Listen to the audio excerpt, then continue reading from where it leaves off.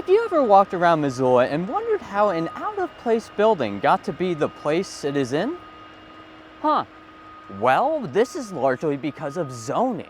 Zoning is essentially the regulations that determine what buildings go where. Some areas are meant for commercial and industrial uses, while others are zoned for residential. Back to that out-of-place building.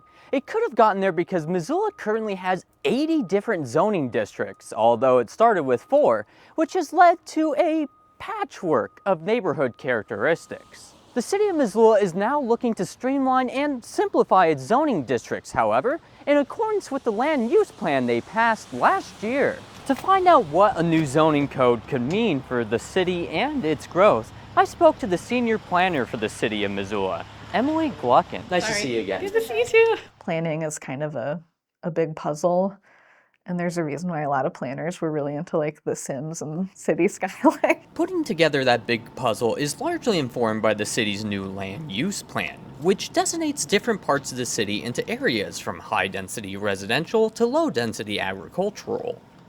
That was harder than it needed to be. And now, with the land use plan as its guiding light, the city is looking at creating a new zoning code, the Unified Development Code, to try and steer development in the direction that the city wants. It kind of gives us a geographic way to look at the city and say, we want this type of growth here, we want this type of building here, things like that. The Missoula City Council ultimately has final say in whether to adopt the code or not, with the final hearing for approval taking place in late December. If adopted, things wouldn't necessarily change immediately, though. It's a long-term thing. I mean, this is something to expect to see a change in 20 or 30 years. That's kind of the scope of our land use plan. It goes to 2045. Overall, if the Missoula City Council votes to approve the new zoning code, then a framework will be set for future developments that will be encouraged to follow the city's land use plan through the code. In Missoula, I'm Zach Volheim, MTN News.